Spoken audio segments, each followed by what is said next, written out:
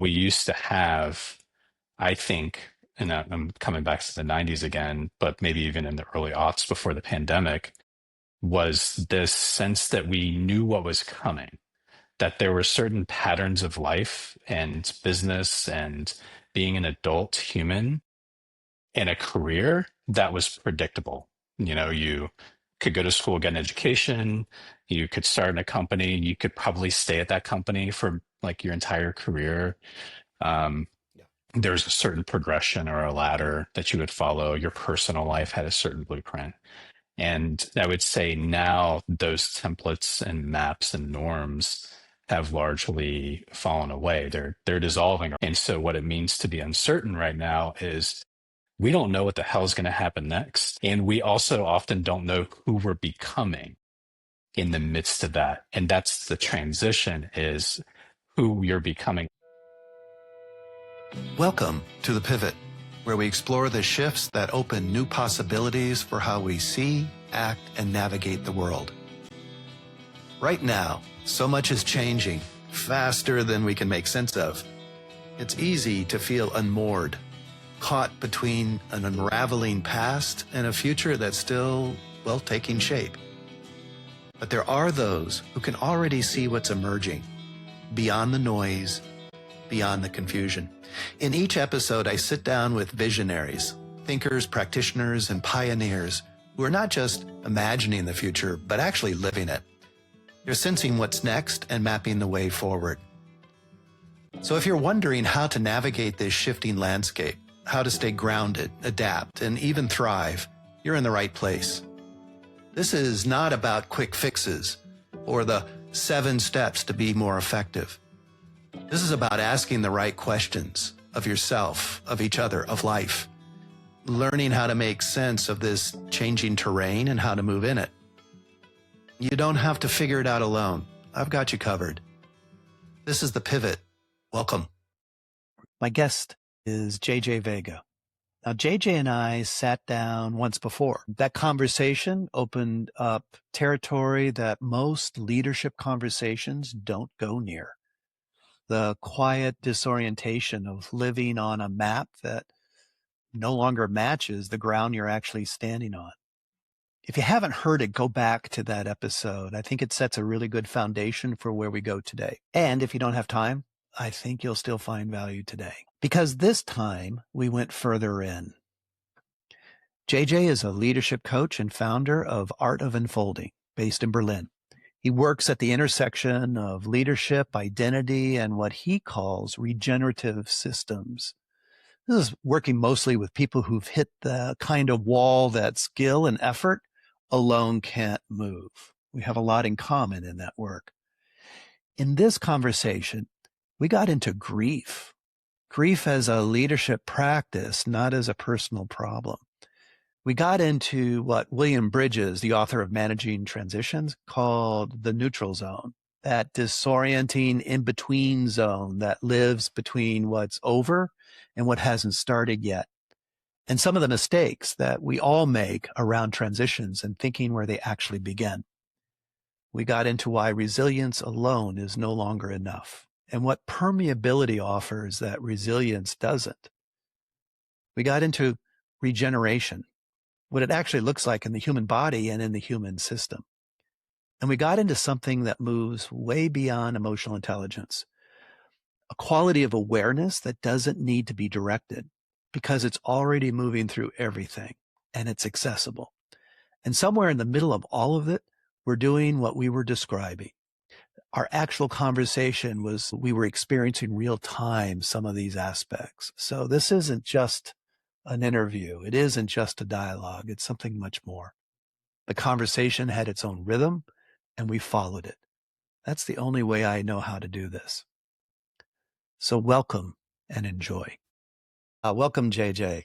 It's good to have you back. It's good to be back, Dave. I've been really looking forward to this today. Yeah, I have too. It's been a couple of months since we were together. We did that last episode, and I've been coming into this with excitement. And, you know, we were talking before the recording, in just this short period of time, the world's changed at every level. And so, you know, I'm struck by some of our conversations last time, guides leaders, what guides us with desire. That was a kernel at the end. And then an important piece around transitions. And what does it mean, in your work with leaders and my work with leaders? And maybe a way to start here is kind of a report from the field, since you and I have talked, at the meta level, there's been a lot of disruption. What's called the meta crisis is, in my view, amplified, certainly in the world of my clients, the stress points, the uncertainty, what's worked in the past isn't. And there's this kind of hum in the background of anxiety that I'm noticing, and I'm noticing it myself. Like just the day-to-day movement has a background rhythm to it, and a different quality, almost like in the air pressure around, that I'm noticing. I'm curious, what have you been noticing? Yes, it's all the above. Yeah. I've been noticing what's interesting because in the last couple of months, I've been very intentionally slowing down and stepping back Mm. and opening up space almost as a response because I've noticed that it's been very easy to get caught up in the ever faster spinning wheel of what life feels like right now. And I think the best mirror for that is current events, world events, and just the velocity that huge, major, like seemingly life-shattering events that maybe I'm remembering back in the 90s would have happened once every few years. It almost feels like every week there's that kind of news unfolding. So I've been noticing personally just a call to step back and be slower and Mhm. not disengaged, but maybe non-attached in a Buddhist kind of way, Mhm. where it's relating to things from a more relaxed, neutral perspective, which has been supportive. And I've noticed with my clients, they seem to be changing faster. They seem to be experiencing more frequent, almost like a continuous flow of transitions. And sometimes that's reflected in the ways their roles change within organizations. Sometimes that's reflected in the ways their organizations are changing. The background hum of stress and anxiety is ever present. There's almost always this underlying layer of tipping towards burnout if you just have like one sleepless night too much. And just the sheer Mm. breadth of concerns and commitments and plate spinning and things going on, that seems to be amplified too. So the intensity and volume, those are the two things that I'm seeing more of these days. Yeah. Yeah. And as I listen to you, what it comes to, I think that's different than times past, is not only the frequency, but the layering of multiple issues all at the same time. These, we used to have the phrase perfect storm, like a one-off, where all Mhm. the variables came together in some sort of cataclysmic event. That's not so rare anymore. Like the perfect storm seemed to be increasing quite literally. Yeah. So I think you're touching into something, and I like how you bring in your own movement is to slow down. And I think this is very different than pulling back or dissociating or cutting off. I certainly have swung in all of those patterns, how to not unplug completely, how to be aware, how to move through the day-to-day life and not turn a blind eye. And to, when we're talking about such relational work that we do, how Mhm. to be sensitive to how the clients are coming in. Yeah. Yeah, I've certainly also been a person who I would tell people my dream was just to go live in a cave because maybe living in the cave would somehow be a way to slow down the volume and the noise and the intensity of the things that were happening in my outer world. It took a while to realize that if I wanted to be a leader, that I needed to be in the Mhm. world. And if I'm going to Mhm. be in the world, I can't ask the world to be different. I need to ask myself to have a different posture and to relate to it from a different place. I was actually in a coaching conversation yesterday with someone and we were discussing the leadership tendency to lead with too much empathy, which I see in sort of there's a category of leader that tends to be so empathetic and taking on the feelings of others that it's very easy for them to burn out. Yep. Just certainly had been my pattern for easily a decade before I got good coaching and therapy, to be quite frank. And there was this idea of, with this individual I was working with, that if I could just find the right working environment or if I could find the right role or something different, then maybe that pattern of burnout would end. And what I started to notice in their story was a version of my story that was that same thing, that if I could just find the right environment, if I could find the right cave, then maybe I'll stop feeling so much and getting so exhausted all the time. And it really took realizing that I was actually the one from an inner place that was bringing that tension and that over identification with what was happening, the over identification with other people's problems and concerns, and that was making leadership essentially unsustainable for me. And so doing the work to step back and become more neutral, to be like in the world but not of it, engaged but not over identified, is what makes it sustainable to be in these kind of chaotic liquid times and be of service, but not burned out. And also not just stepping back, disassociating, disengaging, and saying, screw it, I'm done with the leadership game. I'm just going to step away entirely. Yeah. Yes.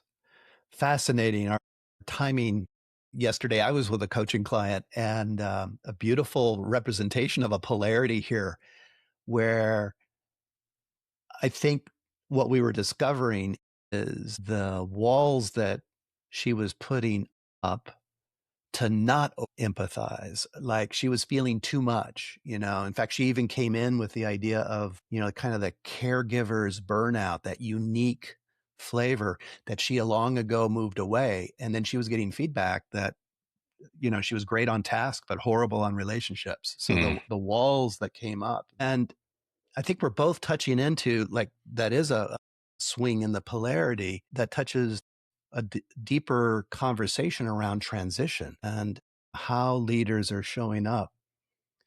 And this desire to go into a cave, this desire to put walls up. I want to honor the move for protection, the ultimate wisdom inside of that. And I think there's a call for a new kind of boundary. The image came yesterday of replacing the wall with more of a membrane, something permeable, something that, gives you the control, the agency to allow what's in and then block what's out. And then that takes me to, we've talked for a long time in leadership circles and in coaching around resilience, building resilience, being able to bounce back or be resourced, which is important, but I think it's insufficient. It's like we need resilience and this permeability to be able to move. Yeah. When I think about the intersection between resilience and relationship, like to me, I think of resilience almost like somatic capacity, or like what is the capacity of the organism, the complex system that is the human being, to take hits, take shocks, take unexpected things that happen. A coach would be familiar with this, but any business would be familiar with this. You lose a client. This is a very concrete example. Like your business, your service business, you lose a client. That is a shock that hits the system in a certain way. It triggers different parts of yourself that are concerned about survival. And there's a resilience capacity to how you take that shock and absorb it and then restore, bounce back, come back to center, and respond to the situation with some creativity and wisdom.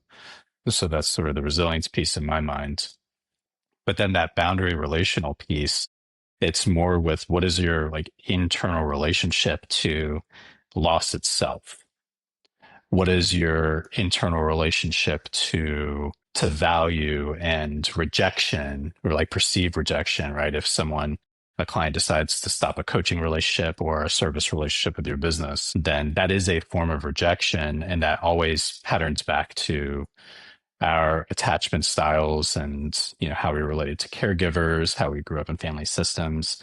And I think it takes a lot of intentional inner work to learn to see those patterns and to work with them in such a way that when the shocks come, it's not so bad, because you've done sort of the work to like till the inner soil and relate to those shocks from a more neutral, almost like an adult place. And the kid's not coming in and saying, "Oh no, you're trying to take my toy. What happened?" And then getting freaked out and exhausted by that. But you're the adult saying, "Yeah, change happens. People's needs change, businesses needs change, markets fluctuate. Sometimes the resources change. That's okay. What's next? Let's chart a path forward. Let's find the right next Yeah. step. And I see Yeah. both of those things. And it's almost like a developmental transition that's happening within the leaders that are experiencing those situations where, they're moving more into that maturity and able to stand as the adult in those situations within groups of people without getting Hmm. taken too offline. Yeah. It's a good metaphor around the development, isn't it?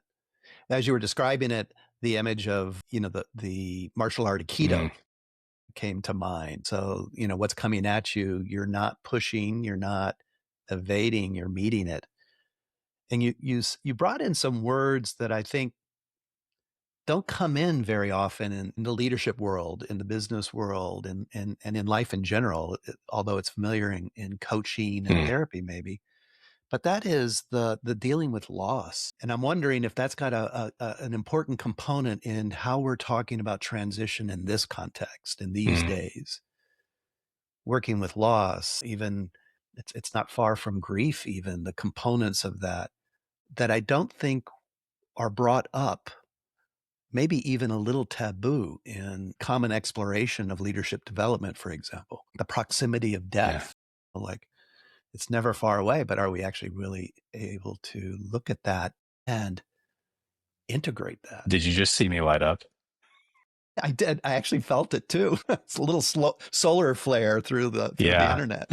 Yeah, we're in it now. This is great. Now, I want to be really careful because when we start to talk about topics like grief, death, and loss, like you say, that's a taboo in the business world, certainly. And it can even be taboo depending on what culture or cultural or social norms that you're part of or raised in. I Indeed. find that the restoration of grief and loss is normal in transition. And I want to be really clear what I mean by transition.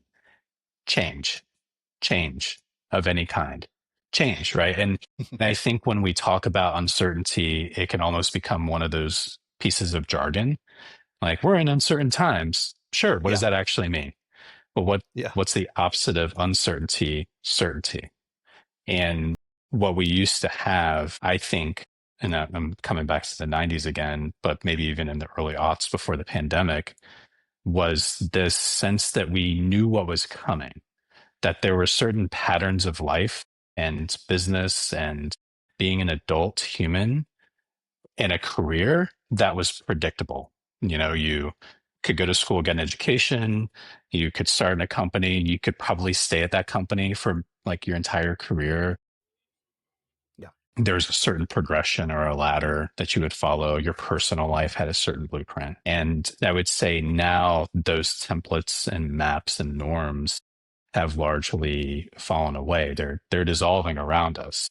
And so what it means to be uncertain right now is we don't know what the hell is going to happen next. And we also often don't know who we're becoming in the midst of that. And that's the Yeah. transition, is who you're becoming, what your identity is in the midst of the situations and the relationships that you're in, the predictable patterns of relating to yourself and other people. William Bridges, he's an author. He wrote this book called Transitions. It was published back in 1980. So it's a 40-year-old book. I've been digging back into it recently. I love that book. If there's like a core text in my coaching practice, Yep. it's probably that, because he identifies this three stages of a transition as an identity shift. And the first stage, or the first phase, is endings. It's something is Yes. ending.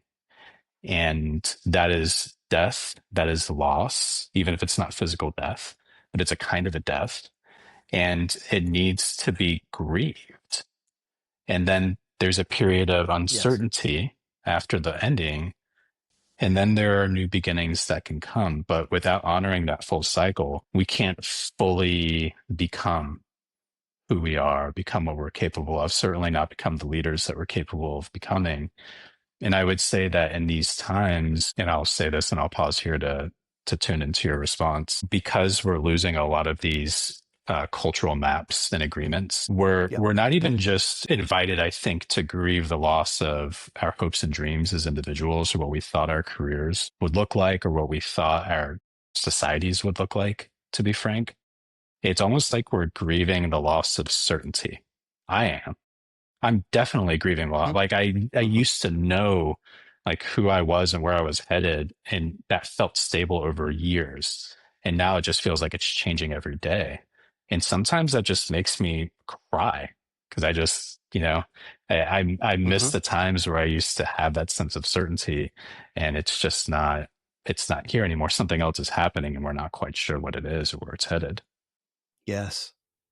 Wow, there's a lot here. Before I could cry, I had to get really angry. The break in the social contract, the break in the pattern, the break in the implicit promise that was there that guided my whole life trajectory, our generations of life trajectory, right? And that's all gone.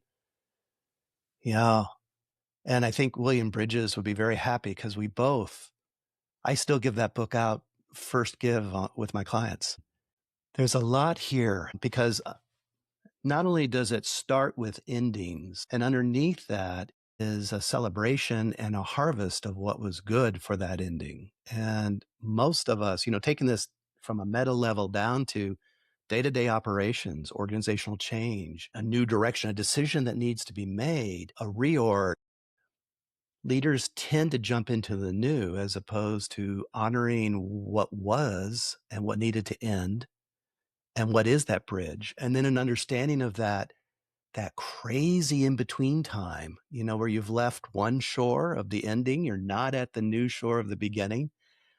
You have doubts, Mhm. you feel crazy, you're fighting with everybody on the team or at home, and you're wondering, what have I signed up for? What am I doing? And without understanding that that's a normal process, we second guess our decisions. We second guess the motivation. We quit. I remember not taking a fantastic job because I didn't understand that transition period of what am I doing? What am I signing up for? And that doubt, eroded what was a path, a potential path. So not only are we in a time where those social contracts are gone, the clear path is gone, but even how to orient, like the maps don't work anymore. And part of this I'm really Mhm. excited about, by the Yeah. way. This isn't just doom, right? Because if best practices aren't enough anymore and we have to move beyond what worked in the past, we have to make room for something new. We talked last Mhm. time about the emergent. We have to make room and space and use a different part of us to allow this. And some talk about that as a development capacity. I happen to believe it's more of a return. You talked about Mhm. Michelangelo and the Statue of David last time. I follow that as well. So coming back to some of the things that we've forgotten or been blocked or lost is part of it. Resilience, all of a sudden, permeability and reclamation starts to Mhm. play into this. And regeneration. That's a word that came to me as well. Yeah. Regeneration. Say more about that because I think there's Yeah. layers to that.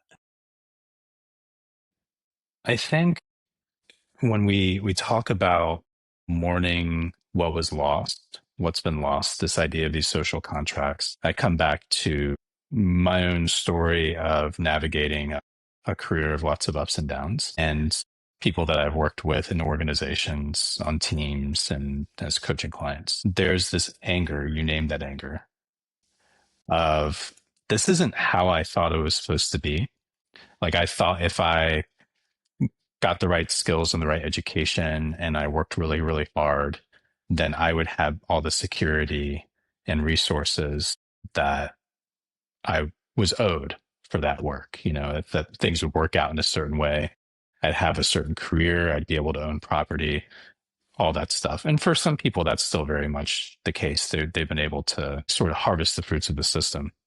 But as with many relationships that are dysfunctional, on the other side of that anger that, man, this didn't really work out the way that I thought it was going to work out, and I'm not quite sure what to do with my life or my career next, there's this opportunity to zoom out and then ask a larger question of, are the systems that we are serving, especially in the vast majority of the business world, actually good for us? Are they good for humans? Are they good for the planet? Are they good for our natural environments, for our habitats? And when I think about transitions and this three-phase model we were talking about, endings, the neutral zone, uncertainty, and new beginnings, that's a reconnection with a natural human process that's always happening. Like at any given time in your life, my life, someone else's life, something's ending. There's something that's in uncertainty, and there are new beginnings always. And that is also so in nature. Nature is always in this. It's just how nature works, the cycle. And I think there's this opportunity to, again, zoom out and open up to how could we participate in stewarding business. Well, I'll keep it in business to keep it more grounded. Like business systems writ large within companies, and then also the larger economies that we're in that are regenerative. So healing and revealing, good for the human being, where rest is a given. It's a part of the cycles that we cultivate in our working lives, in our organizations, not a thing that you maybe get 2 weeks a year if you take the time and you don't treat yourself like a production machine. I think about this famous Chicagoan architect, and I can't remember his name, but he used to design houses around the natural landscape instead of designing the house that was ideal first and then mowing the landscape down to try to form nature around the house. He formed the house around nature. And that to me is what a regenerative organizational system looks like. It's, what purpose do we want to serve in our ecosystems? What are we here to offer? What is our service? And then how can we do that in cooperation with natural rhythms, natural cycles, in ways that don't extract resources or even just sustain something that's unhealthy, but actually creates more abundance than it takes out. So that's a lot, but that's what regenerative means to me. Yeah. Thank you. It's really good. And I think it's not explored enough that it's also a source of energy. In nature, that regenerative cycle replenishes. We know it a little bit in some of the more esoteric practices like Tai Chi and Qigong, but how are you finding ways to operationalize it, like in your life or in your client's life? Maybe starting at the leadership level, and then we can go out. I know you're doing a lot of work in communities and organizations too, that I think Mm. that's super relevant. But how do you start with just someone moving through life and through their day? What are you discovering? I can bring Yeah. in some things Yeah. too. Thank you. And also, as a meta note, thanks for always finding ways to bring me back down to the practical and personal. I'm a philosopher, if nothing else. And I love to land in the abstract and live there. And yeah, it's nice to be invited back. You're pretty I'm grounded. You're always pretty aware of the grounded. risk. So thank you. Yes. Happy to Yeah. serve. So, I mean, I started this conversation by saying that I'm personally slowing down more and creating more space. And I think that's actually a way that I've been operationalizing in my own life and in my business and in my leadership. I'm just doing less. I'm clearing the slate. And it's because I've been sensing a need to sit in a larger neutral zone of my own pattern. Now, when I started the year, and it would be kind of cool for people to watch this conversation and then go back to the one we had in mid-February. I came into the year, I kid you not, with this like giant construction paper map of every quarter of my business and all the stuff that I was going to do. And I looked at it recently, like last week, and I got physically tired looking at it. And I could feel the energy of, I need to do all these things or I'm not going to have enough money. And that was it.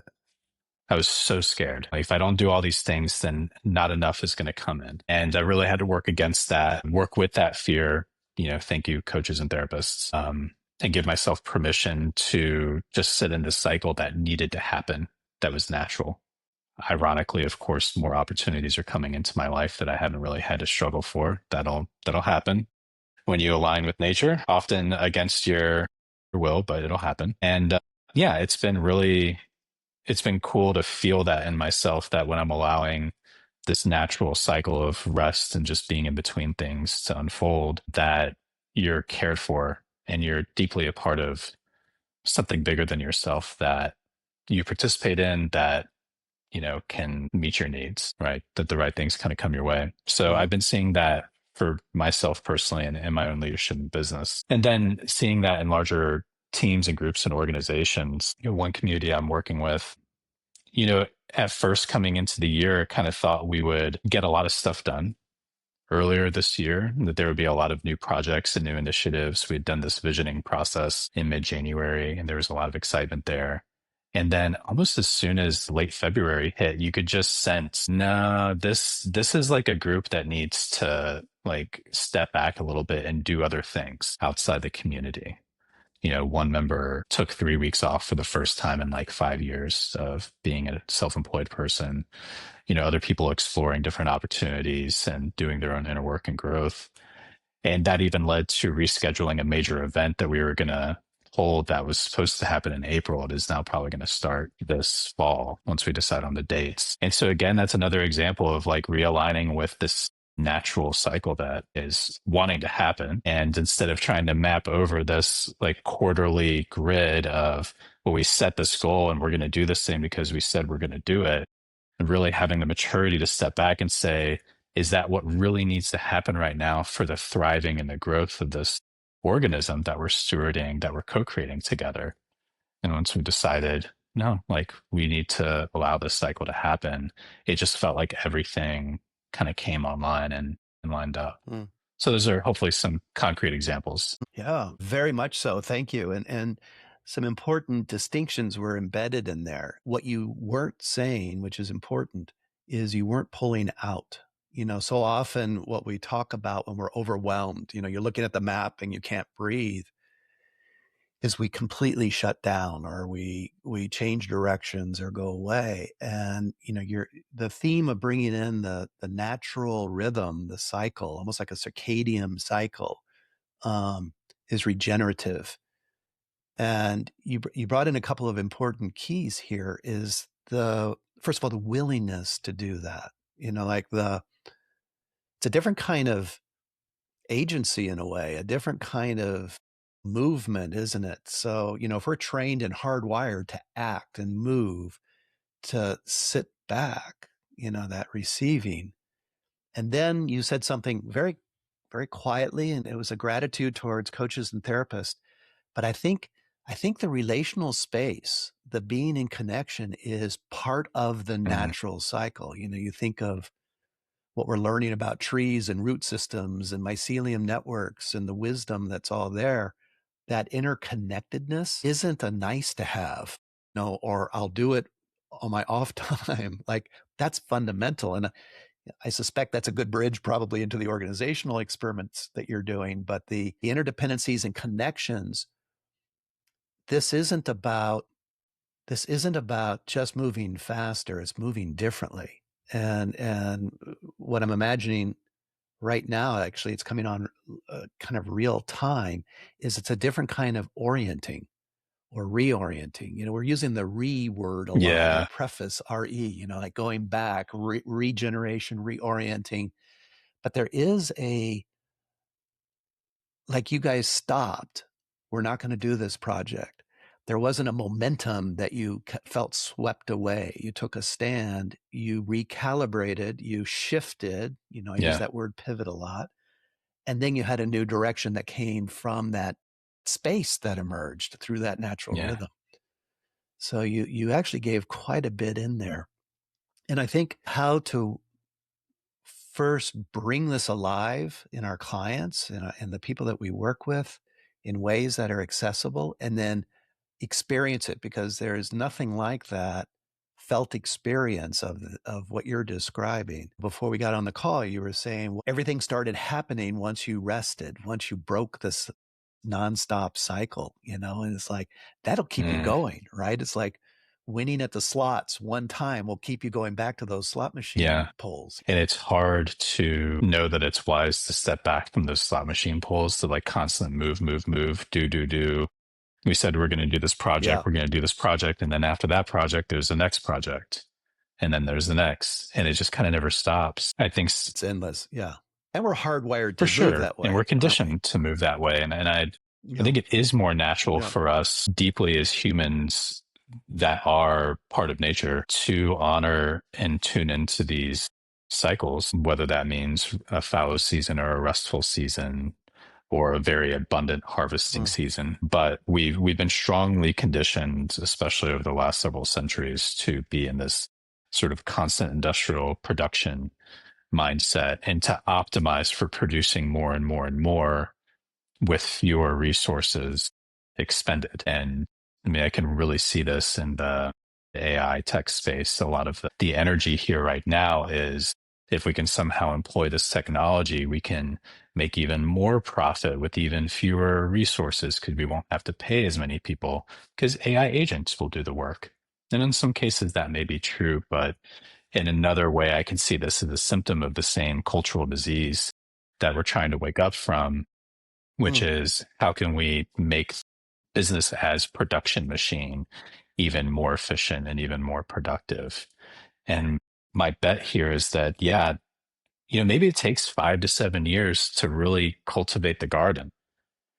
And then once you have that garden, it's there for life. And it's like a self perpetuating ecosystem. You almost can't stop it from producing and from generating new life and new forms. And I feel like for myself and other people that are in the regenerative space, the bet that we're making is if we're willing to start first and get off that treadmill and Hmm. offer ourselves this thing called rest and this thing called, being attuned to natural cycles, and then participate in co-creating those regenerative systems, we think we'll be having different conversations about this in 10 years, but from a place of knowing this actually works.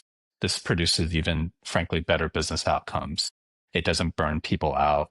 You're going to keep people in your organizations for longer. They're going to feel like they're members of a tribe, not just drawing a paycheck till they can get to the next opportunity. They're going to feel like their work is innately purposeful. They can bring their whole selves. Like that to me is just more human ways of being together and working is what we're doing. It starts with the leader that's willing to say, I'm not just part of the problem. I'm not outside of this. I'm not outside of this. I'm a part of Yeah. this. It's in my body. It's in my cells. It's in my rhythms. And I need to step back and go first in this way. Yeah. And that going first, JJ, when you talked about you and your colleagues going first, this is more than just setting an example or even modeling, because the the shift that you're making has a ripple effect. So that's going to change the ecosystem. If we're in a natural, we're using a natural, it's more than a metaphor because this really is alive. But if you're staying inside of that, that move has rippled effects in ways we don't even fully know or understand, I think. And, you've used the phrase a couple of times, as humans. And I think we speed over that too fast. It's how we're holding ourselves. You and I have had conversations because of our coaching lineage around how we tend to treat each other as technology, as machines. And that unconscious shift, that cultural agreement to do that almost cuts us off from each other and ourselves. A lot of the very things we're talking about, because being in a natural rhythm, this is not new for a human. Um, but boy, have we gotten away from that. And the excitement is, I- I'm discovering it doesn't take a lot to get back to this. You can chip away enough, even in the hardest, cognitive driven, successful person will recognize something when you hit Mm, just the right note. Just it may be the pain point. It may be what's lost we were talking about, but the rhythm, it's almost the image I'm trying to get is like mm, priming a pump, like getting it going again, or breathing into a flicker of a flame to get the yeah. fire going. I'd like to bring in something and actually connecting what you're saying now to something that you mentioned before, which is connection being good for its own sake in these systems. So there was an opportunity I had last month to facilitate like a community connection circle. It was one of those experiments that I wanted to run. And the basic experiment is if you bring people together with no agenda other than just to connect, like just to connect with themselves, connect with each other, know each other a little bit more, feel seen and understood and valued by each other, what will that do to the vibe? Which, when we talk about culture, I just kind of think of vibe and, culture transformation. I It's want a a good different shorthand. vibe. Yeah, Okay. it's Yeah. great. Culture. Got it. We'll, Yeah. we'll try to figure out how to fix the vibes here. but, but, not just the vibe, but like what will happen with the people and their engagement with the community, their engagement with the commitments they've made to the community, the work that they're doing in their own businesses and lives.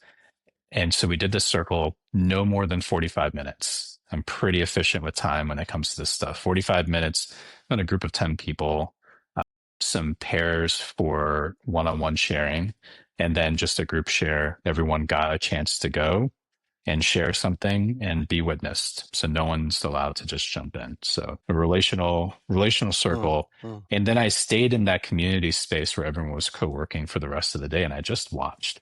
They didn't know I was just watching. I didn't make that part a feature of the connection circle. I was just curious to see what would shift. And I swear people were just like buzzing and creating and getting stuff done and Mm. they were sparking new possible projects and it was awesome to see. That connection move is so important and it gets really looked over in organizations because they're like, I don't understand why we're doing this. This isn't efficient. What is the point of this if we're just connecting? And then also it can feel like it's going to be this big lift. Like, well, if we're going to do something to transform our culture and it's going to be around all this connection, God, that just seems like it's going to be a lot. And, I've been a part of all these change initiatives that have failed. No, man, it's really human to connect. We do it. It's like putting a fish back in the water. They know exactly how to do it in the first couple of minutes if you're facilitating those connections correctly. And there is an art to that. And also, you want to see your Yeah, productivity go through the roof, get people feeling connected to each other, and just watch what happens. And it really doesn't take much. always.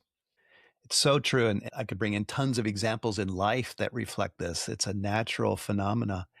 And at the same time, I'm chuckling because of all the hard work I used to do as a consultant coming in to try to build a team, try to get change going, and all the muscling to build safety and trust. And the elegance of what you're describing and what I've been experiencing, the simplicity of it, and letting, you know, we use the word unfoldment a lot, letting things happen just like in nature, just like a cycle that will unfold. And it also gives space for things that may have been bottled up, things that may not be working to come to the surface in a different way and can be held in a different way. I'm right with you on the efficacy of that. Yeah. I'm curious because now I want to hear more from you, but I'm curious Sure. this regenerative, connective, sort of like rewilding the human being and the organizational system. How's that been showing up in your work? How's that been showing up, especially in yourself and your leadership clients? Like what's your vantage point on this work of like remembering and revealing and all the re Yeah. words? Yeah. All the rewords. Yeah. I think it's interesting the parallels to what you've been describing. It's going to be very redundant, I think, to listeners. But one of the key moves is slowing down, and words that we kind of toss around to the degree that they don't have as much meaning, like slowing down, or the word attention, like where I put my attention. That actually becomes a rich inquiry, a rich exploration. It did for me, and it is with my clients. Where it starts like there's a gradient, right? So just becoming aware of you put your attention somewhere, and then where it's not, so potential blind spots. And, you know, I have a perspective shaped by a career in intelligence. And so situational awareness was something that was really refined and like a radar. So awareness had that kind of level. But what I noticed is I needed to read a room. And if I got it wrong, the implications were serious. So what I did is I had a good model. I had good muscles. I had a black belt in reading the room, but I was leaving both me and the room check that out. I was going inside, and it was binary. I was going inside to be able to read the outside and then come back out. What's developed over time with different practices is that's no longer a movement that's an either or an outside inside. It's a sameness. Like even in this conversation, I'm very aware of my internal experience, how alive I feel, where I go dead. I feel my body. I can feel temperature and change. I'm aware of you. I have a sense of my interpretation of you. There's something, even though we're on a Zoom-like platform, there's something in between us that's generative and moving and alive. I'm not having to check out anymore to be able to do those things. And the entry always, it was for me and it's for my clients, is we actually do access this. We're just not aware of it. That gut instinct or that feeling or the spidey senses that get activated, those are all the entry points. So recreating those and playing with them a little bit. Reading a room, feeling the sense of where the group is and where it isn't, the spaces between words, the spaces between people. When we bring our attention to it, it comes alive. And then I notice I'm trying to find words still around this because it's relatively new and I don't want it to sound too esoteric, but being aware as opposed to doing aware, the awareness moving through me, like an embodied awareness, as opposed to, okay, Right. now I'm going to direct my attention and I'm going to, like a laser, I'm going to bring it over here and target you. I can do all of that. We don't need any training in that, but having it move through me, like what's being awared, language gets funky here, right? But what's being awared, that I find curiosity gets ignited. Something we talked about last time, desire starts coming in. And the counterintuitive move is the more I relax, the more it becomes aware. It's like going from zoom to wide angle. So those are some of the movements that I've been exploring both for myself and then bringing into my work. As you're talking, I'm recognizing that in my description of, say, regenerative systems, I'm largely talking about a little bit about somehow. But what you just brought in was a very specific leadership how, and more than a one-time how, almost like a practice. Like what are you really practicing if you want to participate in, stewarding a human system that's regenerative? Where is the work? Like what do you actually do? And I think you're naming really skillfully that the work is in awareness first and foremost. It's in your being, for lack of better terms. Like who are you? Where are you? When you're around people, are you in your head? Are you calculating the next thing you're going to say in a conversation? Or are you really with them? Are you in the space? Are you feeling what's happening here? Are you claiming your place as a part of this system and not someone who's standing outside of it? Almost like you could observe a car or a mechanical system and diagnose it and fix it. And then this recognition that from that place of awareness within the system is where the action happens. That's where you really feel what's happening between people. And then even this strange, like a spidey sense, I like that you brought in a nerd reference for me. Thank you. That like gut sense, spidey sense, You're intuition, welcome. whatever you want to call it, of wait a second. I think this is actually what wants to happen. And it doesn't make any sense. There are no best practices that say this is the direction or the decision we should make. But I have this feeling, I have this sense, force is with me and I'm the force. And it is just moving in this direction.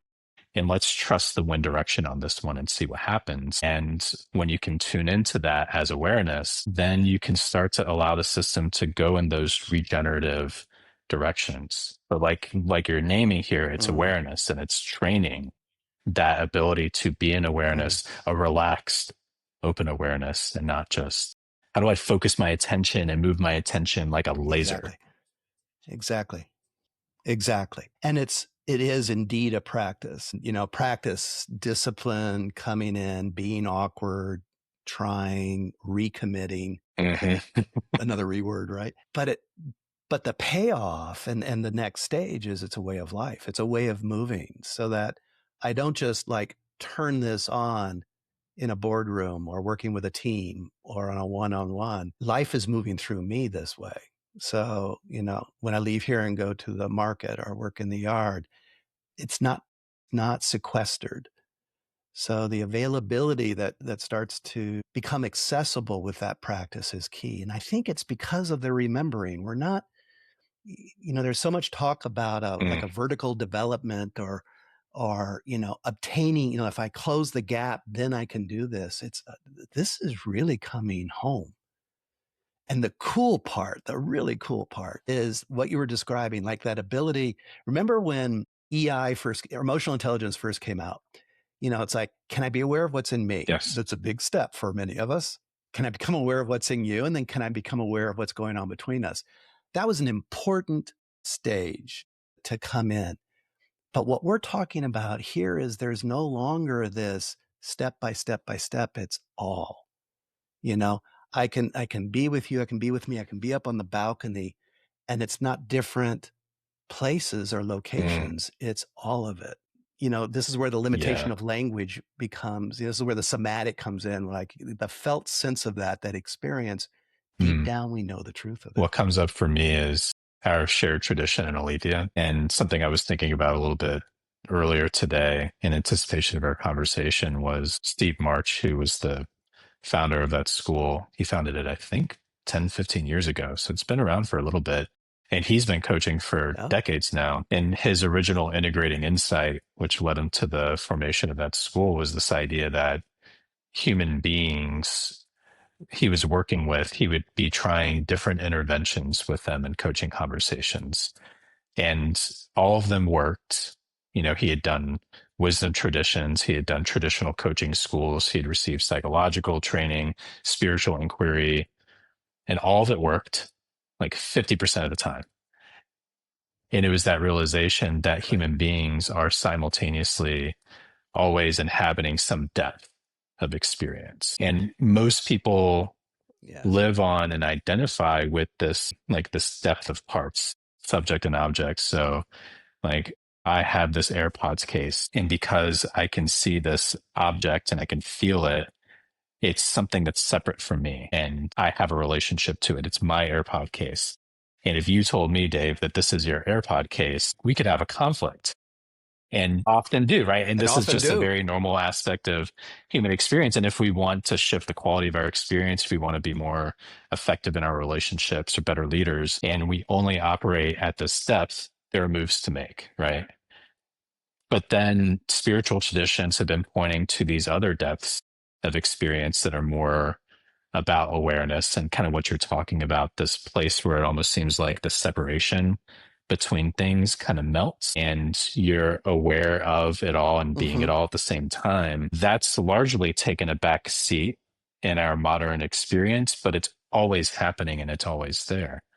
And so what I'm hearing as you're talking about and what I was kind of playing with was as you practice more, as you learn to work with awareness more, and as you engage in psychologically sophisticated work as well, you gain access to all these different depths of experience that makes your life more rich by being in it. It's not just at work, it's in the garden, at the market, in your intimate relationships. And there's always more depth and mastery to the extent that one could ever attain that to pursue. So maybe someone is very early in their journey and it's just setting boundaries that they're working with, or something that might seem like a pretty basic core leadership competency, but 20 or 30 years you could be swimming in some pretty different waters as a leader. And there's a lot of really exciting stuff happening in the field right now to make that practice even more skillful than what we had 30 years ago. So that's pretty cool times we live in. At the same time that they're uncertain, it's giving us these reasons to really develop some sophisticated ways to work with human development to prepare and resource people for this kind of work and these ways of leading. Yeah, this is such an exciting time.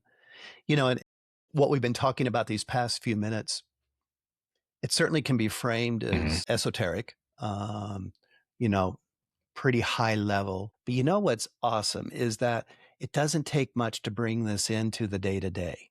We've got precedent like flow state, like, I was working with a surgeon and, when that team is gelled, man, it's awesome what's going on. Shared leadership, shared responsibility, almost not even needing to Hmm. communicate verbally in the operating room, just a little bit of a shorthand. Flight crews, so it's easy to bring. I'm finding it easy to point to real life experiences, the athletic field, the feeling of team, being on the court. If I'm trying to describe situational awareness or Hmm. what's happening behind you, we all know a good basketball Hmm. player that knows this. We've seen it in action. So the other places in nature, good hunters, trackers, there's that sixth sense, that connection to the rhythm of nature that's so in their body. They don't even need compass and GPS, to Yeah. navigate. They Yeah. go out with a knife and that's it, right? So this isn't such a reach. It's just bringing it into our context amidst the burning down of these social contracts, amidst this, unprecedented level of uncertainty. Yeah. Yeah, I don't know what else to say, Yeah. but I think it's Yeah. quite Because I mean, accessible. if you walk into, like, I'll just use from my domain because I'm mostly working with people in technology companies. Um, there's going to probably be Hmm. some familiarity with things like flow state, and especially if you're in the States or in a Western context and you start talking about sports, then people can start to get there, this almost like shared mind thing. And I'm Yes. recognizing two things that are unfolding at the same time. The first is that the more like esoteric wisdom tradition, meditation, like the Eastern practices that we're often bringing into these coaching conversations to actually work and develop awareness. Someone can have that ability to lead with shared mind. It's actually not as outside of people's experience as one thinks. It's almost like we're all carrying around this like secret interest. And then all it takes is a trusting enough space Yes. to be like, wait, you read that book too? Oh, yeah. So did I. Yeah. Right. I'd rather talk about that than talk about freaking KPIs again, right? Like let's get into some of the weird stuff. And I actually saw this with a client recently You're because he right. was the one that bridged the team and sports metaphor into this shared mind idea. And he was literally saying about a team that he's working with, I just want them to like have that shared mind. I want them to like pass the puck. One person passes the puck and the other one just knows where the puck's going to be. They don't even have to think about it. And we were very easily then able to bridge that to like, well, what types of practices would make that possible? And so it's both recognizing that the people that we serve already have that language and they're just looking for an invitation to let the weird out. And then the other thing is, as like a Yeah. coach or a leader or someone that's developing other people, it's looking at your own biases and resistance to bringing it in and what you're a stand for in this world and Yeah. being willing to Yes. say, Spot on. I'm kind of freaked out about bringing awareness and meditation or, some of the quote unquote woo woo stuff in these conversations because I'm afraid of how someone will look at me or will they cancel the contract because it's too strange or will this company fund this because they don't even know how to place this in leadership development. And look, if you're in unprecedented times, I'm not saying be irresponsible and just try anything. But I am saying that like we have to take a stand for what actually works to support our clients and to lead our organizations during these times. And if we're not talking in the language of the body, the soma, if we're not talking in the language of nature, if we're not talking in the language of awareness and guiding these experiences for people, we're not doing them a service. We're not equipping them to do what they need to do and feel more human while they're doing it. And I'd rather take a stand for that than my fears of what people will think about me if I talk about this stuff. Yeah. Part of me wants to scream amen, but I celebrate this. And with great amusement because I'm an old guy. I've been doing this for a while. In the early days, I remember how I would pretzel myself just to teach someone to feel their butt in the chair and the feet on the ground, and have that. That was revolutionary at the time. I thought I could be burned at the stake. And I think you're touching on, we're chuckling, but there's something quite profound inside of this, and that is where we are culturally as people. The center of gravity in our culture today, there's apps for mindfulness. That's not, you wouldn't even be able to use that word in an office 10 years ago, 15 years ago. So, there's been a movement where, as you're bringing in so well, there's exposure. So there's knowledge, awareness, there's curiosity, there's experience. It's not unusual to bump into teams, especially in the technology sector, where they've experienced altered states, non-ordinary states, psychedelics, even as part of team building. So we're in a new world, even as practitioners, and exploring these things. And you're right. I think there's a huge upgrade going on in how we don't have to fight so hard to make a case for what's happening in our body or what our internal experience is. There's an understanding. Keeps me optimistic, keeps me excited. Yeah, exactly. And I think when we're able to be more visible in our own language and the ways we talk about this stuff, I mean, I think about this from a creative perspective.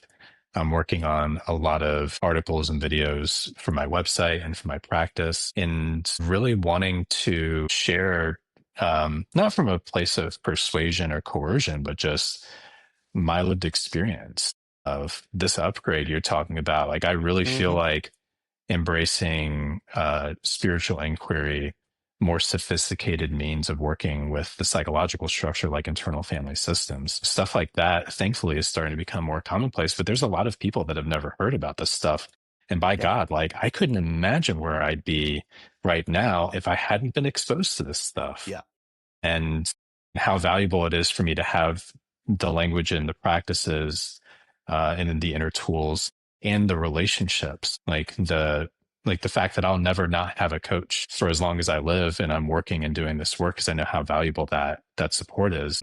I want that to be more a common conversation for people. Like, you know, you make your decisions about how you want to engage with this stuff, but unprecedented times give real opportunities to become a different kind of human. And there are ways to do that. And we can have real conversations about it without being scared of being weird or too esoteric or too outside, as long as we keep our feet on the ground. And I think you can do both of those things at the same time. Like, Well, as we're starting to wrap up, a gentle closing, we've covered quite a distance, I think. I have a sense of that. And I don't know about you, but it has had a coherence to it. And the reason I say that is there's been a natural rhythm. We've been talking about the natural cycle. I feel like there's been a cycle, a natural flow in our conversation. And I noticed several points where you would get excited or I would get excited, and those little sparks would be almost like, here, let's go here. And it certainly wasn't scripted or pre-planned, but there was a trusting in that system. There was a relaxing that I noticed. And I wanted to bring that in because it's exactly what we've been talking about. yeah. What's it been like for you? Yeah. It's this idea of a journey or like a narrative arc. If you think about storytelling, like, stories have this natural rhythm, and it's like a structure, but not in this rigid sense, but just like a way that stories naturally ebb and flow and move. And it feels like in this conversation, we've almost been co-creating a narrative together about what does it mean to be in this moment in time, this moment in history, times of great uncertainty, and the dissolving of social contracts. And how do we navigate those? What does that mean for our senses of identity? What does that mean for leaders as individuals?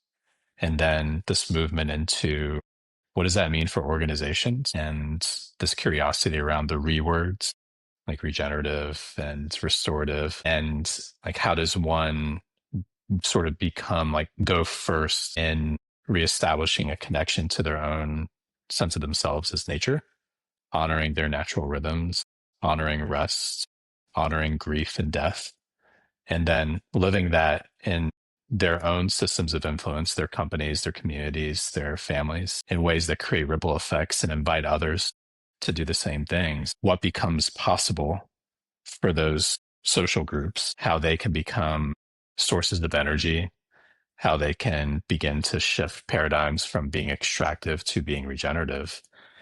And then it's almost like we came from that wide, like crazy high level angle back down to the individual.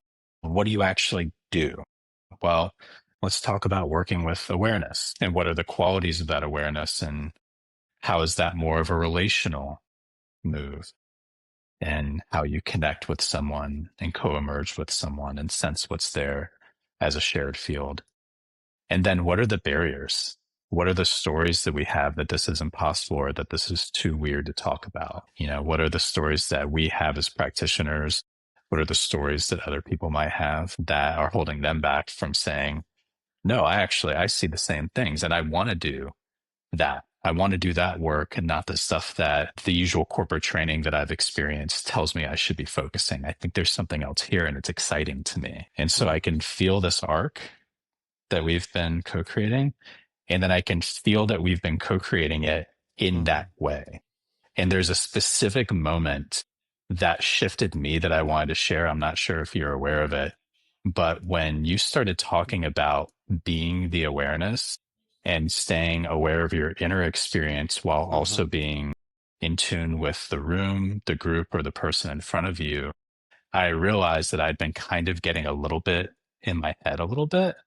And I'd been losing that sense of the whole field, and it popped me right back in. And something about that shifted the quality of the conversation for me too. And so this has also been a very real time experience of practicing what we're talking about just in doing this conversation, which has been pretty cool to get to participate in. That is really cool. And I remember that moment. What my experience was a very perceptive change in like the atmospheric pressure. Like if you go down in an elevator too fast and your ears pop, there was a density that showed up that caught my curiosity in a minute. And then I realized it was a marker for me, like, yes, this. So it was an interesting phenomena to be talking about something, to illustrate it to listeners and experience in it real time. Yeah, thank you. And It was a lot of fun. thank you. Yeah, it was fun. If we were to leave the listeners with an inquiry, a question, as they're walking away from this, because we did cover a lot. And if it's just a cognitive receiving, it can be quite a bit, but there was also an experience and possibly even an experience in the listening of it that all needs to kind of settle and integrate a little bit. What do you think? What would be a parting Yeah, question? thank you for that. I could really feel myself starting to settle down now from like the excitement of the vibes. I come back to this idea of noticing where you are in your own cycle. I think that that idea of how we lead in these times is by stepping forward first and stepping into a new way first. And certainly for me, how I've been modeling that is by recognizing that I've been just as conditioned by these constant cycles of go, go, go, go, go, go, go. And my invitation has been to recognize that I hadn't really grieved endings that had been unfolding in my life. And I had not been comfortable staying in that in between neutral zone. I know what's ended, but I'm not quite sure what's beginning.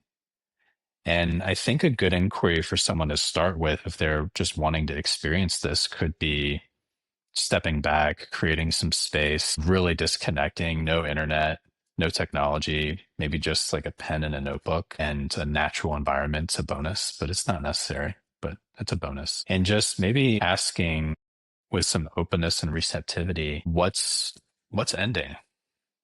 What might be ending? Where might that open in between space be right now?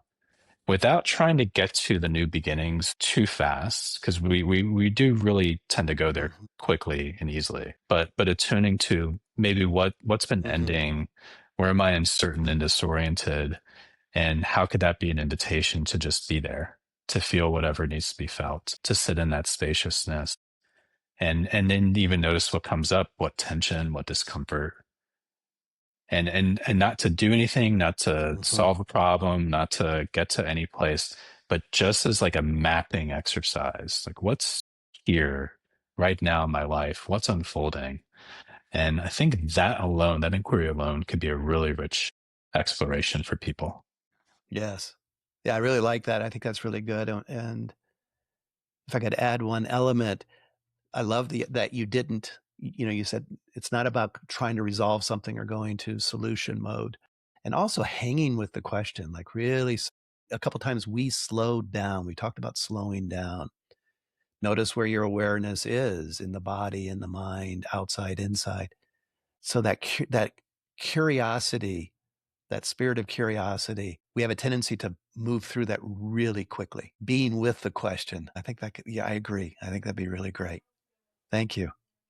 Hey, how about letting us know what you're up to? What would you like the audience to know? Yeah. We'll put links in the show notes for sure, Yeah. and I'll share what's up for Thank me. you.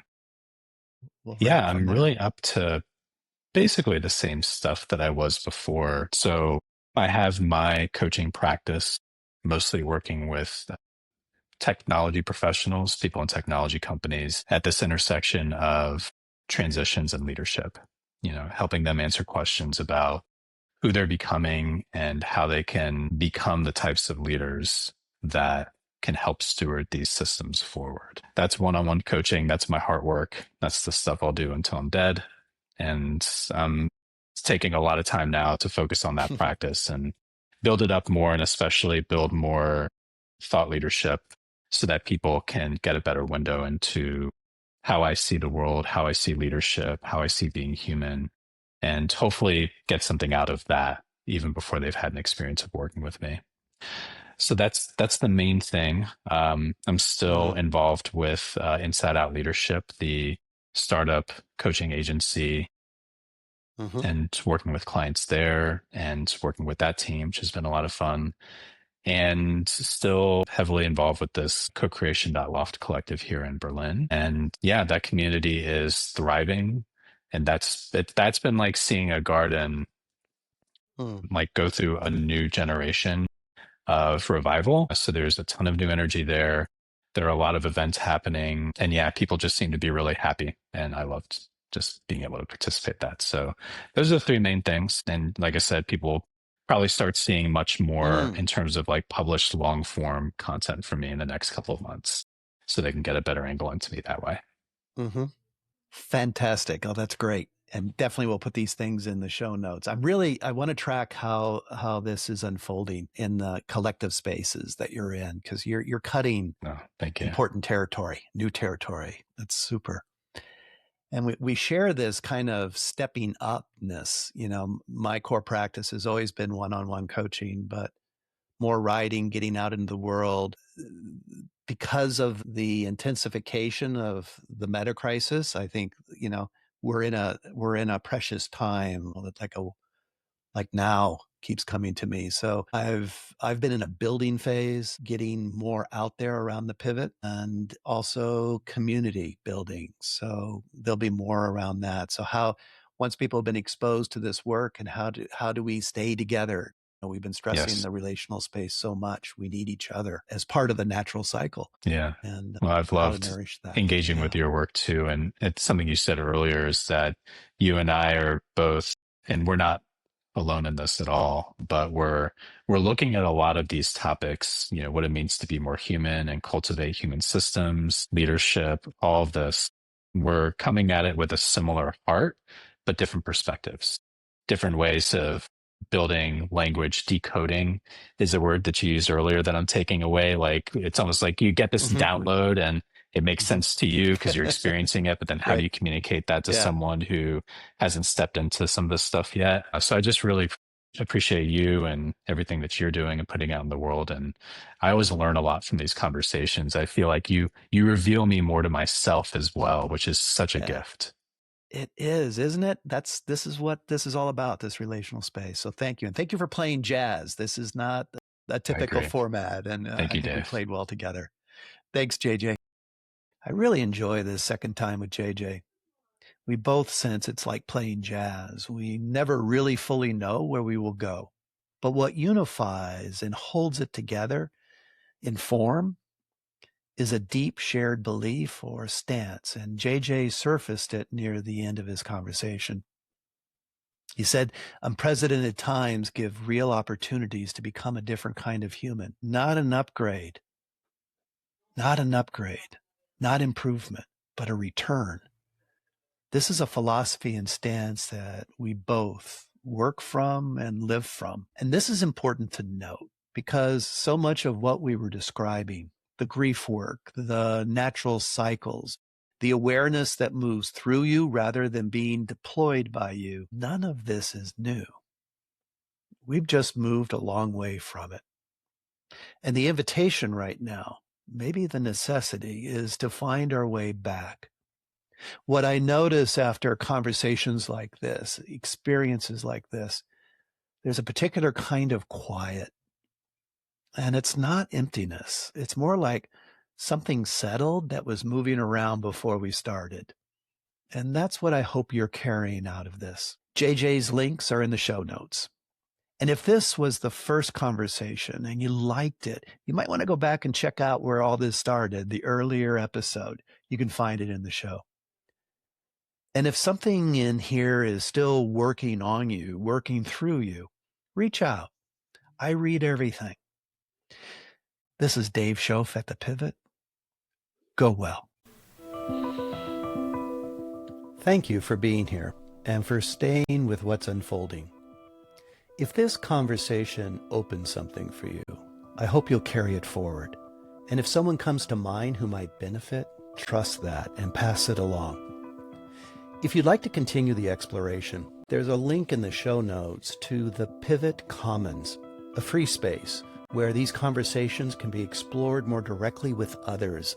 A subscription, a review, a follow are always welcome. It's important because it helps others find their way here to this work.